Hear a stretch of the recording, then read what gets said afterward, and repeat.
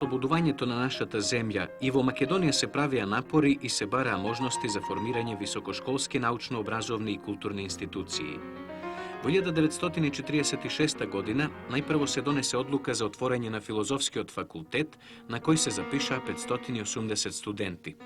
3 години подоцна кон филозофскиот се придружија уште два новоформирани факултети – земјоделско-шумарскиот и медицинскиот. Со Законот за Универзитетот во Скопје од 29 јануари 1949 година, донесен на Народното собрание на Народна република Македонија, овие три факултети се обединија во универзитет, а како почеток со работа на Скопскиот универзитет се смета одржувањето на Универзитетското собрание во април истата година. Отворањето на првиот факултет во Македонија, а подоцна и на универзитетот, беше од огромно значење, бидејќи оттогаш започна процесот на формирање и оспособување кадри кои ќе се ангажираат во подигањето и негувањето на сопствениот мајчин јазик. Со тоа исто така се придонесе младите средношколци кои своето образование го здобиваа на факултетите во Белград, Загреб или во странство, да останат во Скопје, а потоа да се вклучат во производството.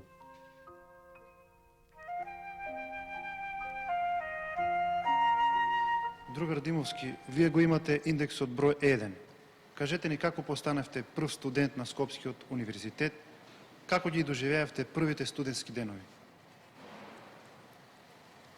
Тоа што станав прв студент на Скопскиот универзитет, кој што некои го сметаат како чест, мене ми се чини повеќе резултат на случајност. Да се каже, на човека му представува чест што тоа е студент број 1 на универзитетот, например. За мене има оправдување ако тој број го стекнал како резултат на некоја квалификација на испити или со вложен труд и слично. Јас станав индекс број 1 на Скопскиот универзитет поради тоа што прв влегов во собата во која што се вршеше запишувањето и ете тоа е она кое не може да се третира како посебна чест, бидејќи е повеќе резултат на случајност. Што се однесува до другиот дел од прашањето, како се чувствував, можам да ви кажам дека тоа беше доста необично чувство. Пред се можда поради фактот што доаѓав од помало место, Охрид, во поголем град како што беше Скопје, и самото менување на средината влијаеше малку необично на самото држење, самото понашање, самото стварување на чувства. Од тогаш беше формиран само еден факултет, тоа беше првиот факултет, формиран непосредно после ослободувањето, филозофскиот факултет.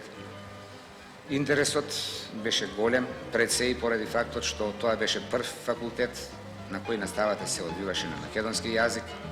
Само на биолошката група, каде што јас бев запишан, бевне некаде околу 100. Она што го одликува тој почетен период на работење на факултетот беше дека условите за работа речиси ги стварувавме самите студенти, бидејќи бројот на наставници беше мал. На биолошката група, например, кај нас имавме само 3 наставници, немаше асистенти, немаше друг помошен персонал, а на целиот филозофски факултет тога имаше се нас околу 19 наставници.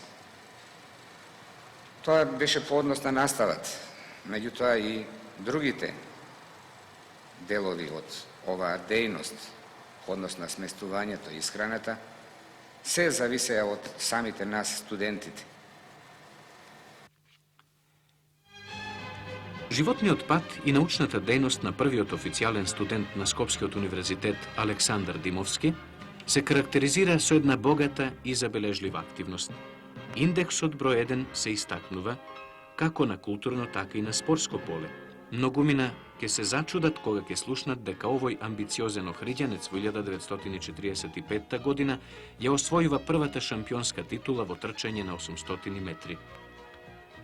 2 години по уписот на филозофскиот факултет, Димовски станува член на Сојузот на комунистите, ја добива саканата црвена книшка. И како студент се истакнува. Дипломира биологија во 1951 година и тоа со одличен успех. 10 години подоцна станува доцент. Докторира во 1960 година, а од 1971 година е редовен професор на Природно-математичкиот факултет на групата Биологија.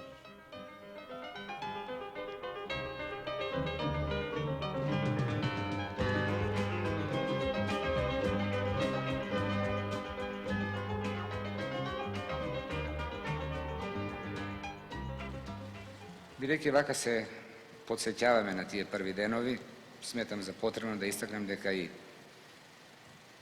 каде се наоѓа поедините групи од тогавашниот филозофски факултет. Сите групи на тогавашниот хуманитарен оддел се наоѓа во зградата на Народната библиотека. Биолошката група беше сместена во зградата на Природонаучниот музеј, која се наоѓаше непосредно во центарот на Скопје, на улицата Орце Николов број 11, а групите математика, физика и хемија се наоѓа во 8-годишното училиште Браќа Миладиновци, што се наоѓаше во населбата Пролет. Географската група пак беше сместена во непосредна близина на Народната библиотека. Од тоа може се види какви беа условите за почеток со работа на овој факултет, бидејќи не постоеја просторни можности сите групи на факултетот да бидат собрани на едно место, така да како добро решение се сметаше тога со вакво разместување на повеќе места да се овозможат подобри услови за работа со студентите. А каква беше состојбата со наставнички кадар? Дали имаше професори по сите предмети? Посебно да ни кажете дали имаше литература за студентите? Се разбира дека секој почеток е тежок, наставници за сите предмети немаше и не можеше да има. На нашата биолошка група, например, имаше се нас 3 наставници, за секоја група предмети по еден, за зоолошките беше професорот Икономов, кој што и сега е професор на биолошкиот факултет, значи колеги сме, потоа професорот Лозински, кој ги држеше физиолошките предмети, и нешто покасно дојде професорот Вуковиќ, кој ги одржуваше ботаничките предмети.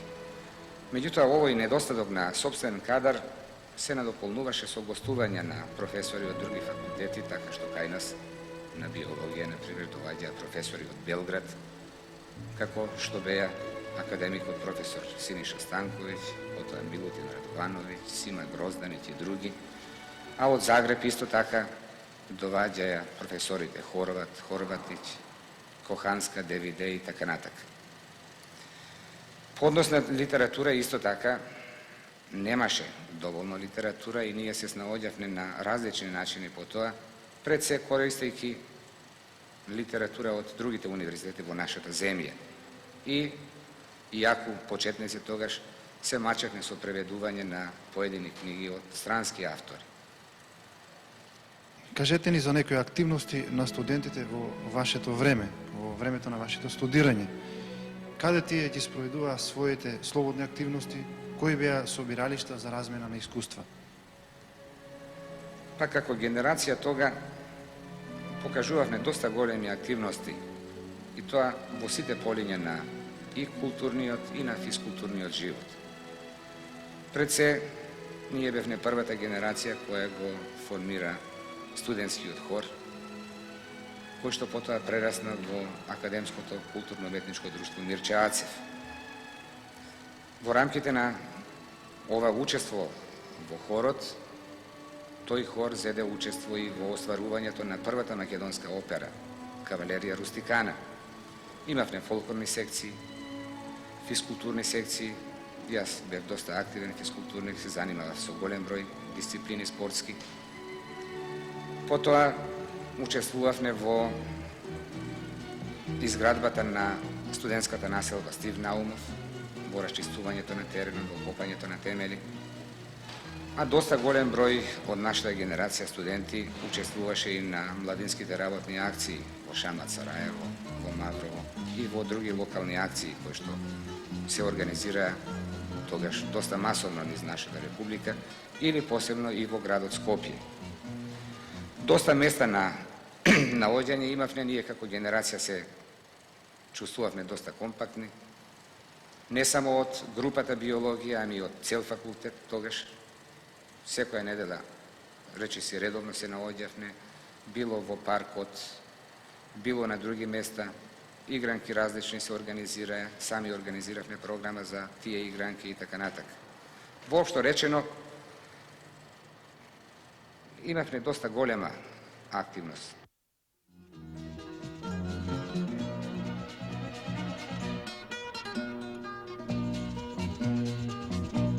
Професор доктор Александар Димовски во својата научна дејност особено се посветува на проучувањето од областа на биологијата. Досега својот труд го насочил кон проучувањата на систематиката и екологијата на водоземците, влекачите и птиците во Македонија. Врши биоценолошки истражувања, а последниот зафат му е проучувањето на ихтиофауната во Македонија, што го реализира заедно со професор Ристо Грубче.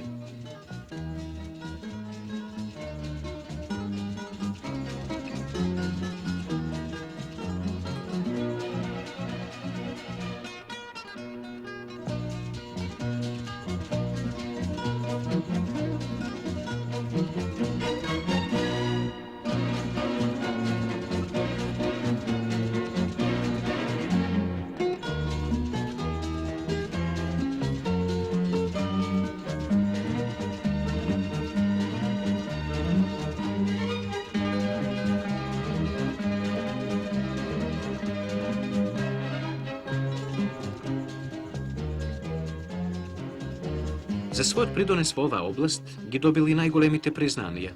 Повеќе пати бил секретар и председател на Друштвото на биолозите на Македонија, бил председател на Унијата на биолошките научни друштва на Југославија. Во рамките на активностите на Скопскиот универзитет, досега бил продекан и декан на Природно-математичкиот факултет во Скопје, а денес ја врши должноста проректор на Универзитетот Кирил и Методи. За сета оваа творечка и општествена активност, Димовски е добитник на повеќе признанија, пофалници и повелби. Од младинските работни акции Шамац, Сараево и Маврово се вратил со 2 ударнички значки.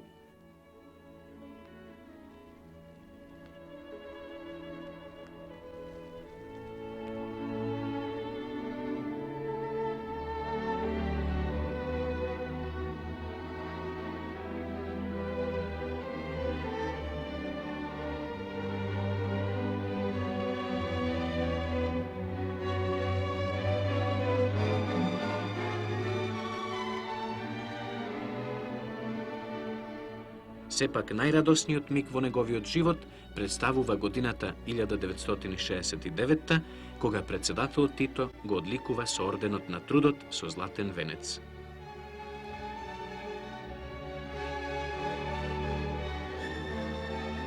Дали можете да направите споредба меѓу студентите, ваши колеги и денешните студенти во однос на условите за работа и напредување? Мене ми се чини дека доколку се прави директна споредба, тоа е доста неспоредливо. Заради условите пред се. Почетокот беше едно, се знае секој почеток е тежок. Сега, пошто и да споредуваме, се сосема други услови. Просторните можности се многу поголеми. Кадровските исто така. Ја споменав дека на првиот факултет имаше само 19 професори, а сега на универзитетот работаат преку 900 професори и преку 750 асистенти и друг помошен наставен кадар, што значи дека околу 1700 професори и наставници одржуваат настава за сегашните студенти. По однос на учебници исто така многу подобра е состојбата. Меѓутоа ми се чини дека како први генерации ние покажувавме поголема активност и културна, и физкултурна, и општествена, и чувствувавме некако поголема одговорност кон своите задолженија по однос на студирањето. Гледајќи од сегашен аспект, можда ќе изгледа необично да наведам еден пример. Тогаш во рамките на студентската организација беше набележено водење на евиденција за присуство на часови. Значи, секој од нас кога ќе влезеше на част, добиваше едно картонче кое на излегување го даваше и еден задолжен студент секој месец вршеше споредба, правеше графикон на најредовен студент, најнередовен студент и така натака.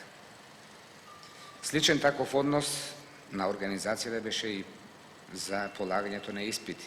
Тогаш на собири на студенти по години се превземаја обврски кој колку испити може да полага и колегите студенти преценуваја ако јас да речеме планирав да пријавам 2 испити, да ми кажат не, вие може да полагате уште 1, 3. И тоа представуваше обврска за нас. Првиот студент на Скопскиот универзитет со својата сериозност кон работата, но и со непосредноста кон оние со кои соработува, импресионира. Неговата аксиома гласи: здобиеното знаење и искуство да се пренесува на младите генерации, тоа да се проширува и да ја најде својата примена во практиката, во фабричките лаборатории и хали, во училниците или во современите институти.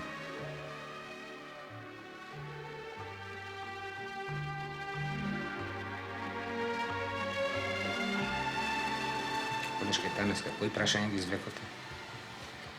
Прво прашање е внатрешна градба на Амфиоксус, второ клупе и формес и циприни формес и трето артиодактила. Спремни ли сте за одговарање? Да, спремно.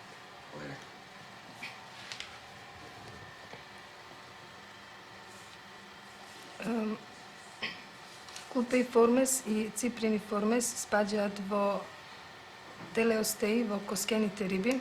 Тоа се првата и втората фамилија. Тоа се риби кои што имаме окоскување на скелетот, односно каде што се јавува скелет кој што е окоскен и кој што е карактеристичен за овој ред на риби, бидејќи претходните редови се нивниот скелет представува недоволно окоскен, односно тој е од рскавично ткиво, така да тоа се риби кои што спаѓаат во редот на хондростеи, односно во рскавичните риби. Кажете ми, кои се основните карактеристики на хордата? Имаме 3 основни карактеристики кои што го карактеризираат типот хордата. И тоа како прво присуство на хорда која што потекнува од ендодермално потекло, потоа цевчест нервен систем кој што има ектодермално потекло и потоа почетокот на цревото која што врши респираторна улога.